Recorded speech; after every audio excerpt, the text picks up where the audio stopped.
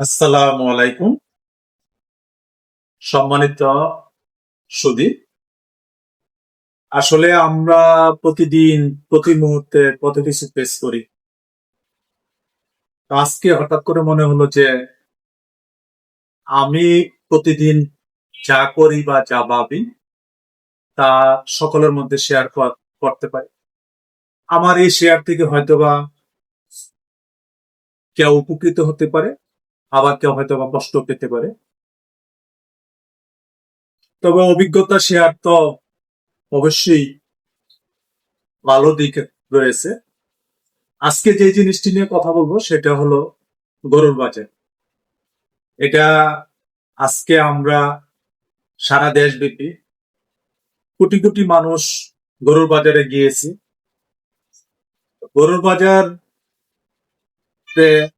আমাদের যে অভিজ্ঞতা হয়, আমি যখন ক্রেতা হিসেবে যাই তখন মনে হয় যে গরুর দাম বেশি, আর যারা বিক্রেতা হিসেবে আসে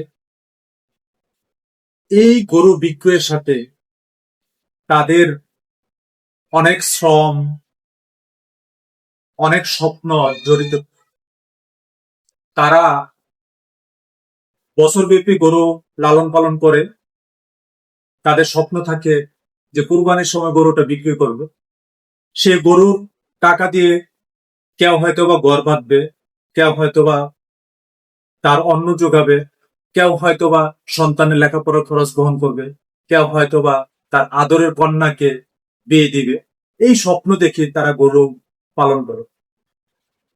কিন্তু আমরা যখন বাজারে যাই তখন মনে হয় যে গরুর দাম অনেক বেশি। কিন্তু বাস্তবতা হলো এখন পশু খাদ্যের যে দাম বেড়েছে, পশু খাদ্যের এবং সব মিলে, বিশেষ করে এখন যদি উত্তরবঙ্গ থেকে ঢাকা একটা গরু নিয়ে আসতে যায় তাহলে পরিবহন খরচ অনেক বাড়ছে। আসলে খামারিরা কি পায়? আমরা যদি দিন শেষে চিন্তা করি যে একটা গরু হয়তোবা আমরা 1,20,000 বা 2 লক্ষ বা 5 লক্ষ টাকা দিয়ে যে টাকা দিয়ে কিনি, কিন্তু বাস্তবতা হলো তারা এই গরুটা আমাদের কাছে পৌঁছে দেওয়া পর্যন্ত খরচের মাত্রা কিন্তু অনেক বেশি। কিন্তু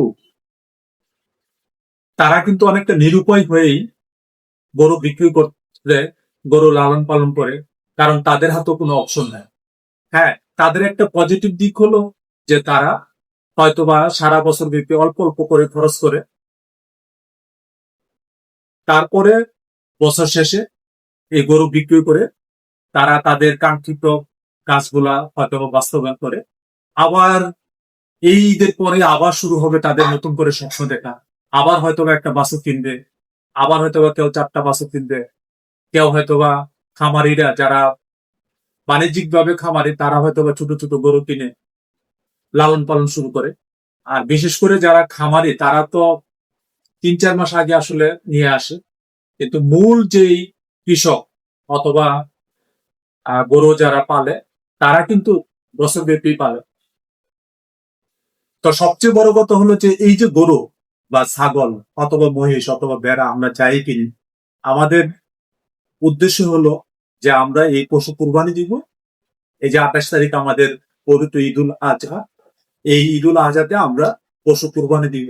এই পশু কুরবানির সাথে সাথে আমাদের যেই কাজটা করা দরকার, আমাদের মনের যে পশুত্ব আছে সেই পশুত্ব যদি আমরা কুরবানি না করতে পারি তাহলে আমরা প্রকৃত কুরবানি লক্ষ্য, হযরত ইব্রাহিম আলাইহিস সালাম তার সন্তানকে যে উদ্দেশ্যে আল্লাহর নৈকট্য লাভের জন্য, আল্লাহ সন্তুষ্ট অর্জনের জন্য কুরবানি দিয়েছিলেন, কুরবানি দেওয়ার জন্য প্রস্তুত হয়েছিলেন, আমরা যদি সেটা যদি না করতে পারি, আমাদের মনের পশুত্ব যদি কুরবানি না দিতে পারি তাহলে আমাদের কুরবানির প্রকৃত লক্ষ্য অর্জিত হবে।